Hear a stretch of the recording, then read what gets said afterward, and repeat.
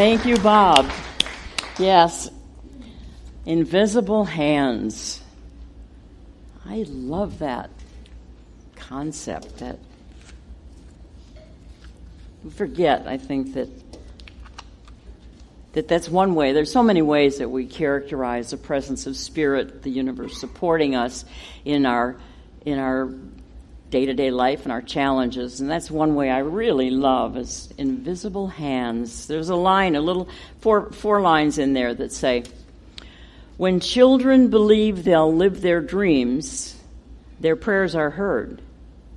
They fear no thunder, and when they fall, they safely land, guided by invisible hands. Well, that's true for adults, too. I'm reminded of that biblical passage that says, except you become as a little child, you will not see the kingdom of heaven. What that means, of course, we know heaven is right here in the state of how joyful and full our life is. And the invitation is to become as a little child. Just be that trusting. And in doing that, it seems so counterintuitive to our day-to-day life and push. But when we do that, when we can get into that space, we are truly opening ourselves to heaven. Just try it. Just try it. And notice the feeling of rest and yet openness to new life that comes over you. There's a story, and it's a true story, that happened during World War II when the Germans were bombing London. So this happened in London, and a father and his son were in a building that was hit by one of those bombs. And so, of course, they ran frantically from the burning building. The dad was holding his son's hand really tightly. They were frantically looking for someplace to find shelter. And the father then noticed there was a deep, deep, deep crevice in the ground, a crater almost, where a bomb had fallen at some time previously, and that was a place where maybe they could go and find shelter. It was way deeper than he was tall, though. But he saw it as a place for them to be safe, so he ran and he jumped into it, and then he turned and was holding his arms out for his son. And he yelled as loudly as he could, "Jump! Son, jump! I'll catch you!" Well, this little boy was terrified as he peered into this black hole. And he screamed to his dad. He said, "I can't jump because I can't see you." Can you imagine that feeling? I don't know. I hear your voice, but I can't see you. So I'm not going to jump. And his dad replied, with all his might, he said, "But I can see you. I can see you." And so with that, the little boy jumped into his father's arms, not because of what he could see, but because of who could see him. Not because of what the little boy could see, but because he was able to jump because of who could see him. Dr. Ernest Holmes, the architect of our philosophy, says it this way. He says, "And so my faith, the faith of a little child in me, rises with expectancy. I place my human hand in the invisible hand of the all-sustaining good, and I let the miracle of life and love take place." So while we know that spirit is not a physical presence, a physical being, spirit is everything. It is always present in us and around us, but we're human. And sometimes it really feels just reassuring to say, I'm holding God's hand, or God is holding my hand. So even Ernest Holmes, who, of course, was the architect of our philosophy that reminds us of spirit being everywhere and all things all the time, even he said, sometimes it's placing my human hand in the invisible hand of the all-good. So many times in my life, I find reassurance in this scripture passage that speaks to that as well. It says, I walk by faith and not by sight. I walk by faith and not by sight. That's what this is about. Faith is when I say I believe. right? And then after a while, after we hone our faith about certain things, we'll move up a notch and we'll say, I know this is true. But the truth is, the proof comes with our actions. The truth really of what we're believing and trusting and knowing becomes proof for us when we take that leap, like the little boy, when we trust enough to leap. So I'm going to talk some more about that. But I want to remind you again that this month, Halloween, big holiday month, and this week is Halloween. I always like to take this as an opportunity to just exaggerate the scary stuff, look at how we do exaggerate the scary, the spooky, and how we find it to be just so much fun. We laugh at it, and the more frightening it is, the more fun it is, especially for kids. Frankly, that is not my everyday MO. The more frightening something is, the harder I laugh. In my real life. Quite the opposite. So it's good to get some perspective on our fears, isn't it? So the theme, of course, for this month is say boo to your fears. Perspective. And so the first week we talked about what is your scary story, realizing that we can say boo to whatever is scaring us. What is that story? And because it's just a story, and we can write a new story. And the second week was about Halloween masks, and we looked at what are those masks we wear on the inside. People can't see them, but they're there. And what is the fear keeping me hidden behind the things I feel I need to be masked from? So if you want to hear those, they're on our website, on our podcasts. Today, to wrap this up, is how to live with faith in a fear-filled world. How to live with faith in a fear-filled world. And it certainly is scary, isn't it? We can probably look around us at any moment of any day, and whether it's our own life or looking at the world, many challenges, we can get frightened. So with all of this inundating us, how do we live with faith in this fear-filled world?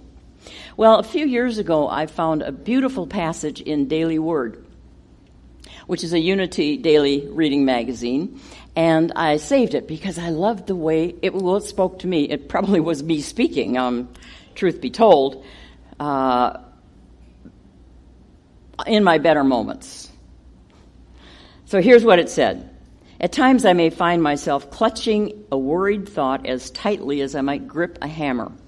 My whole body is tense as my mind frantically pounds away at an issue, searching for an answer to a problem or a predicament.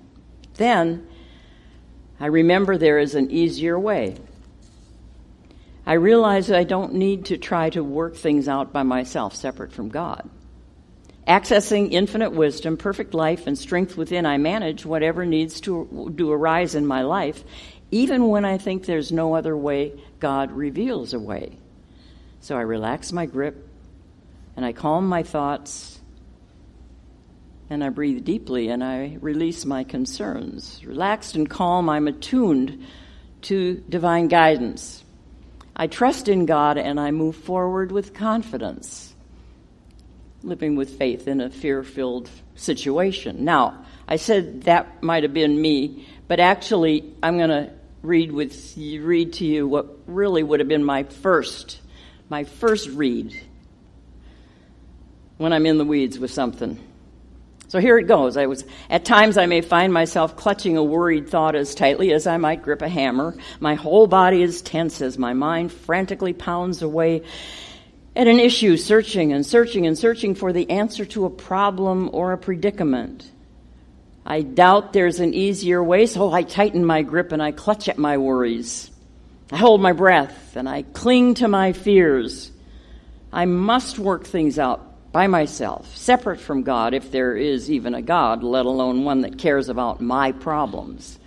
So I struggle to manage whatever needs I am facing. I don't see any way out. So I stay stuck in my worry and fear. That's logic in our fear-filled world, isn't it? That's the way, frankly, many of us, I'll just speak for myself, sometimes my knee-jerk reaction goes right there. But contrast that second reading with the first, which is recognizing there's another way. I don't have to do it all by myself. And the key that makes the difference between those two perspectives is faith. It's trust. If I would only remember that beautiful affirmation from A Course in Miracles, if you knew who walks beside you, fear would be impossible. If you knew who walks beside you, fear would be impossible. I forget that. But when I remember it, it's like turning a whole new page. It's kind of like one little boy said, well, if you don't have faith in God, you will be very lonely because your parents can't go everywhere with you, like to camp and stuff. But God can. So it's good to know God is around you when you are scared, in the dark, or when you get thrown into the real deep water by the big kids. He had the idea. If you knew who walked beside you. Dr. Holmes put it this way. He said, fear is the belief that God is absent. Right? Fear is the belief that God is absent. We might not say it that way, but for a moment, we are in our own human stuff. He says, but if we believe in the omnipresence, the God is everywhere, the omnipresence of God, we can handle the age-old problem of fear. So, I have 3 basic principles for you today that will inspire, hopefully, your faith, that certainly inspire mine. In fact, these 3 ideas are my once a day, if not 100 times a day, vitamins, spiritual vitamins. So whatever is your issue right now, whatever's up for you, if there's something that has you concerned, worried, or fearful, keep that in mind as I talk about these 3 things. The first is this: that which is real and creative and lasting originates only at the level of the invisible. That which is real and creative and lasting originates only at the level of the invisible. Well, now that takes a little bit of faith to hang on to that. What that means is that visible, material, sensory experiences are merely the end product of what has originated in the realm of the unseen. And what's the realm of the unseen? Your thought. In the realm of the thought. So the first thing to do is change what we're looking at, what we're staring at, and realize that's not where the real stuff is. That's not where the lasting creative change will happen. It all happens in the invisible. It all originates in the invisible. So how would that work for you? The first thing to do was, if there's something you want to change in your life, change how you think about it. That's the place to start. We're all so busy rearranging the furniture on the deck of the Titanic, aren't we? And all we have to really, and that does no good. We need to go to how we think about whatever is our issue, whatever is our fear. Because the truth is, thoughts become things. They really do. Thoughts become things. So faith is thinking about that which you desire, but thinking of it, and listen closely to this, independently of conditions, independently of obstacles. That's what faith is. Not trying to figure out, okay, I believe God's going to help me, and here's how God's going to do it. Think about what you desire independently. Think of that independently of any obstacles or any conditions. Because remember, lack of evidence is never evidence of lack. Lack of evidence is not evidence of lack. Okay, so that's the first thing. The real actions on the invisible side of life. Number 2, there is never an imperfection to be fixed or even healed, ever. We all run around with our toolbox, don't we? Whether it's psychological, whether it's self-help, whether it's some physical stuff we're going to do, but we're going to always fix and prop up and Band-Aid and do the fixing. Now, there is a place for all of that. But the truth is, in all of us, there is an innate wholeness and perfection to be revealed. How does that feel when all of a sudden you realize, oh wait, whatever I think is all wrong that I have to fix, I don't have to do that because I am fundamentally whole and it is there to be revealed. And how do I get out of the way of that so it can be revealed? It goes back to how I'm thinking. It goes back to number one. It's about shifting the angst from dwelling on a need for fixing and repairing and how I'm going to do it. How am I going to solve this problem? There is a place for that. But we start by recognizing that's really not my job. My job is to know that there's a wholeness to be revealed. And it will reveal to me if I need to do some hands-on, boots on the ground kind of work. But the fundamental thing is recognizing that your inner perfection wants to be revealed. You know, in the medical world, the fundamental recognition is that our bodies have a template of wholeness, and disease and symptoms and all of that are indications that something is messing with that template, but the template, in its efforts to reveal its wholeness and health again, there's some turmoil there. And I'm not saying that when we recognize this inner wholeness to be revealed, that all of a sudden everything is going to be butterflies and rainbows. Because have you ever remodeled a house? You got everything torn out and it looks just awful and it looks hopeless. But the bones of the house are good. There's something really beautiful there. And then you have an idea of how it's going to look. So, but in the process, oh my goodness, many times we say, never again. Well, that's that wholeness being revealed in us. So hang in there and recognize that it isn't like you're all broken and a mess and hopelessly fragmented. Underneath, there's an inner wholeness being revealed. There's an early New Thought writer named Christian Larson who wrote this. He said, what we term as obstacles and difficulties, faith would more appropriately term as great occasions. Great occasions. Now, why would that be, he says? Because it is those things that enable us to bring into action the greater power that is within us, to reveal that which is in us. It's in those situations that it is revealed. It's still there in the happy times. But haven't you noticed in your life, if you think back on times that have been so difficult, and you thought, where is God? What am I going to do? Whatever the situation was. But as you emerged from that, you found there was a deeper strength, more resilience. You maybe discovered people that were supportive of you that you wouldn't have known otherwise. So many gifts. And so he says, problems and obstacles, let's change the terminology and call them great occasions. I dare you. Okay, number 3. So number 1 is pay attention to knowing that it's everything that's really happening and going to be created new is on the invisible side of life. And the second thing is there's nothing imperfect to be fixed. Your wholeness is being revealed always. And the third is there's one source of everything. Just one source of everything. And it's God, Spirit, the universe, whatever you want to call it. How nice. One-stop shopping is what I love to call that.